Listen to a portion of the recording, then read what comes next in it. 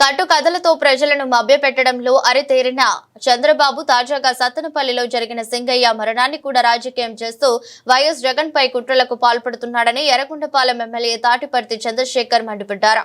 తాడేపల్లి వైఎస్ఆర్సీపీ కేంద్ర కార్యాలయంలో ఆయన మీడియాతో మాట్లాడుతూ సింగయ్య మరణంపై పోలీసులు 3 రోజుల్లోనే తమ మాటను మార్చడం వెనుక చంద్రబాబు పన్నిన కుట్రతంత్ర ఉందని ఆగ్రహం వ్యక్తం చేశారు. రాష్ట్రంలో కూటమి అసమర్థ పాలనకు వ్యతిరేకంగా వైఎస్ జగన్ కు భారీగా ప్రజాదరణ వస్తుండటం జీర్ణించుకోలేక తప్పుడు కేసులతో దిగజారుడు రాజకీయంకు చంద్రబాబు పాల్పడ్డారని ధ్వజమెత్తారు.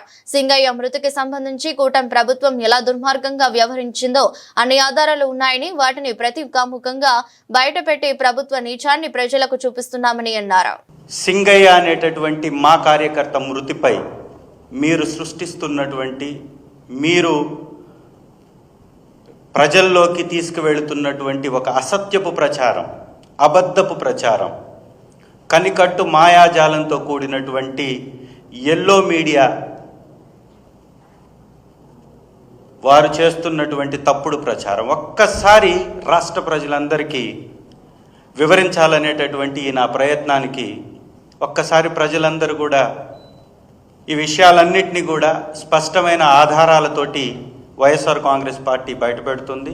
వైఎస్ఆర్ కాంగ్రెస్ పార్టీ మీద దుమ్మెత్తిపోయాలి, ప్రజల్లో వ్యతిరేకతని కల్పించేలాగా ప్రయత్నం చేయాలి. దీనికి ఒక కొత్త రకమైనటువంటి నాటకానికి తెరలేపాడు. అదే కట్టు కథలతో కూడినటువంటి ఒక తప్పుడు ప్రచారం. ఈ ప్రచారంలో నిజమెంత అనేది ఒకసారి ఆలోచిద్దాం. సింగయ్య అనేటటువంటి మా కార్యకర్త 18వ తారీఖు రోజున ఆయనకి చిన్న యాక్సిడెంట్ జరిగింది. యాక్సిడెంట్ తర్వాత అతను మరణించడం జరిగింది.